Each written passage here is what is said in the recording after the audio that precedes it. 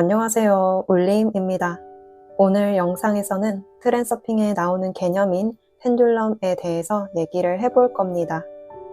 펜듈럼은 여러 사람들이 비슷하게 가지고 있는 가치관, 생각, 감정이 모여서 강한 에너지의 흐름을 형성하는 집단 사념체를 뜻합니다. 생각사, 생각념, 몸체를 써서 비슷한 주파수를 지닌 개개인의 생각들이 모여 하나의 형태, 형상, 몸을 만들 정도로 강한 힘을 갖게 된다고 해서 이렇게 이름이 붙여졌습니다. 이 집단 사념체인 펜듈럼은 응집된 에너지 덩어리입니다. 학교, 종교단체, 정당, 아이돌, 팬덤, 법, SNS, 정치적인 이념, 규율 등등이 모두가 다 펜듈럼입니다. 최초의 펜듈럼은 어떻게 생겨나게 되었는가? 인류의 태초에 가까운 원시시대 때 나약한 인간은 동물들의 위협으로부터 또 인간 서로서로의 위협으로부터 보호하기 위해 어떤 규칙이 필요했습니다. 이 규칙이 필요하다는 한 명 한 명의 생각, 감정, 에너지가 모여 사념체인 펜듈럼이 형성되었습니다. 그 당시에 여러 가지 규칙들이 있었겠죠. 사람을 죽이면 안 된다. 남의 물건을 훔치면 안 된다. 동물을 잡으면 마을 사람들과 나누어 먹어야 한다. 등등. 처음에는 인간의 필요에 의해서 만들어진 동의된 이념, 생각, 관념, 가치관인 사념체가 모두가 같은 법을 따르고 동일한 질서와 규칙을 믿고 공통된 가치관에 반응하면서 점점 더 에너지가 강화되었습니다. 이렇게 집단 에너지의 흐름이 강해지면서 펜듈럼은 하나의 인격체와 같은 힘을 가지게 되었습니다. 펜듈럼은 스스로 에너지를 만들어낼 수 없습니다. 지난 영상에서 지구상의 모든 생명체는 스스로 발하는 생명력을 이미 지니고 태어난다고 했죠. 그런데 펜듈럼은 개개인의 생각, 관념, 가치관, 감정 등의 사념이 모여서 이루어진 에너지체이기 때문에 반드시 외부에서, 즉 사람들의 주의, 집중, 반응으로부터 에너지를 빼앗아야만 존재할 수 있습니다. 이미 탄생 자체가 의존적인 형태를 띠고 있기 때문입니다. 그래서 펜듈럼은 인간들을 숙주 삼아 에너지를 뽑아 먹습니다. 그러면 이 집단 에너지 덩어리는 시간이 지날수록 어떤 형태를 띠게 되는가? 펜듈럼은 지배를 받는 사람들을 끌어모으고 조종하고 또 명확한 시스템을 만들어서 어떠한 규율 밖으로 나가지 못하게 합니다. 우리나라의 교육 시스템을 예로 들어보면 처음에는 발전하고 싶다는 각자의 열망, 생각, 이념들이 모여서 또 문명이 발전하면서 자연스럽게 펜듈럼이 형성되었습니다. 그 펜듈럼은 점점 커져서 이제는 초, 중, 고, 대학교의 시스템을 구축하게 되었고 여러 가지의 이념으로 이 시스템 밖에 나가지 못하게 합니다. 좋은 대학교를 가야만 성공한다. 자녀를 영어 유치원에 보내야 앞으로 공부하기가 편하다. 교육 시스템 밖에 나가는 길은 불안정하다. 미래가 불투명하다. 정상적이지 않다. 안정적이고 돈 많이 버는 직업이 최고다. 직업이 목표가 되어 공부해야 한다. 이런 이념들이 너무나도 당연하게 우리 사회를 지배하고 있습니다. 이런 당연함이라는 프레임을 씌워서 우리는 이 밖에 나가는 것을 엄두조차 내지 못합니다. 또 펜듈럼의 두 번째 특징은 단체 안에서 지배자와 피지배자의 구조를 만들어낸다는 것입니다. 정권과 국민, 교단과 신도, 엘리트와 대중, 스타와 팬덤, 상사와 부하, 트렌드를 이끄는 사람과 무비판적인 추종자 등등의 이러한 계층적인 구조가 형성이 됩니다. 왜냐하면 지배자는 펜듈럼의 대리자 역할을 함으로써 펜듈럼을 유지시킬 수 있기 때문입니다. 또 피해자는 단체 안에서 인정받고 더 위로 올라가기 위해 복종함으로써 시스템을 견고하게 합니다. 이러한 권력 구조가 강하게 분리된 형태로 나타날수록 펜듈럼의 힘은 강해집니다. 특히 사이비 종교에서 이런 모습이 명확하게 나타납니다.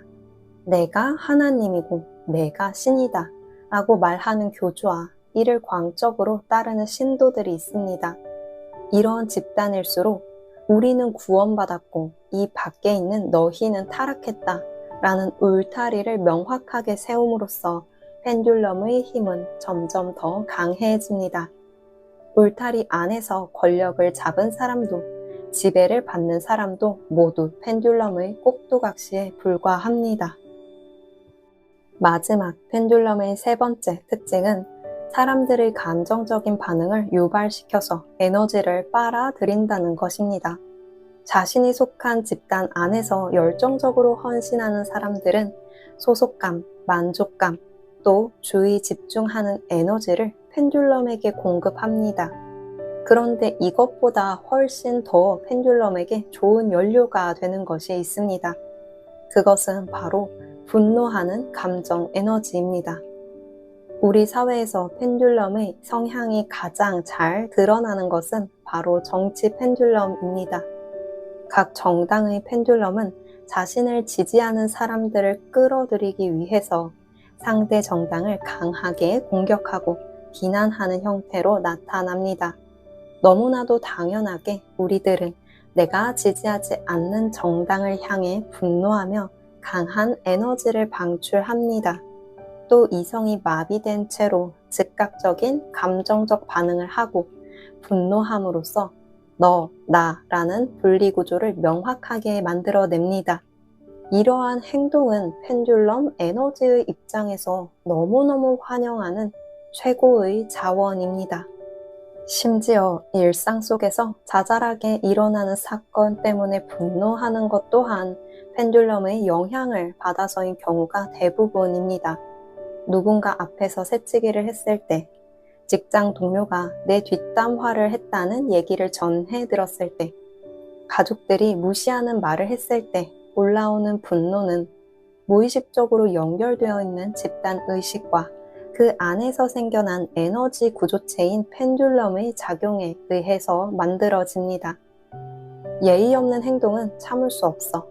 나의 존재 가치를 인정받아야 해. 뒷담화를 하는 건 나를 배신하는 거야.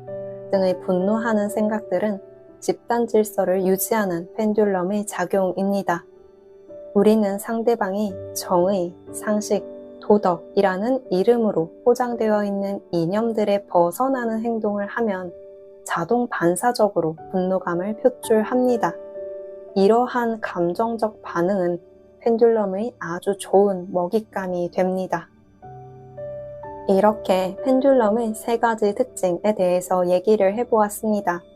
물론 모든 펜듈럼이 나쁘다고 말하는 것은 아닙니다. 펜듈럼이 있기에 우리는 특정한 질서와 구조 안에서 안전하게 삶을 살아가고 여러 가지 다양한 체험을 하며 사회 안에서 어떤 역할을 수행함으로써 히, 노, 에, 락을 느끼며 살아갑니다.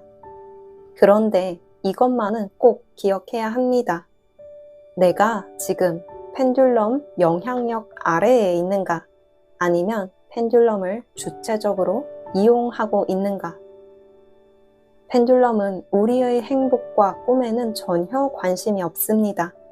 그저 인간을 통제하고 에너지를 뽑아내어 자신의 영향력을 넓히는 데에만 관심이 있을 뿐입니다. 우리는 잠시 멈춰서 내가 펜듈럼이 짜놓은 시스템을 쫓으며 살아가고 있지는 않은지 살펴보아야 합니다. 반복되는 사건에 마치 예견이라도 된 듯 감정적인 반응을 하고 있지는 않은지, 영혼과의 소통은 잊은 채 그저 다 짜여진 각본에 이리저리 끌려다니고 있지는 않은지, 사회가 규정한 행복이라는 틀을 쫓다가는 진정으로 내가 무엇을 원하는지, 영혼이 가리키는 삶의 방향이 어디인지를 전혀 모르게 됩니다. 자발성을 잃어버린 삶은 안전하지만 영혼과 단절된 우리는 왠지 모르게 무기력합니다. 갑옷을 입은 것처럼 답답합니다. 그러나 마음 한켠에 영혼의 빛이 말을 합니다. 온전히 나로서 존재하고 싶다. 펜듈럼의 영향력에서 벗어나는 방법이 있습니다. 그것은 바로 나를 괴롭게 하는 것이 펜듈럼의 작용임을 아는 것입니다. 화가 나고 죄책감이 들고 어떤 집단에서 이탈되는 것을 두려워하고 무언가를 강하게 주장하고 어떤 강박에 사로잡혀 있고 돈으로 행복을 정의 내리고 이런 것들이 모두 펜듈럼의 작용임을 아는 것입니다. 지금 깨어나서 명확히 보십시오. 내가 말하는 옳고 그름, 의무감, 행복에 대한 정의, 책임감 등이 정말로 내 것입니까? 아니면 누군가에게 홀린 듯 주입된 신념입니까? 고작 외부에서 정해놓은 신념들의 나의 균형력을 잃지는 마십시오. 나는 어떤 것의 노예가 아닙니다. 나는 창조자입니다.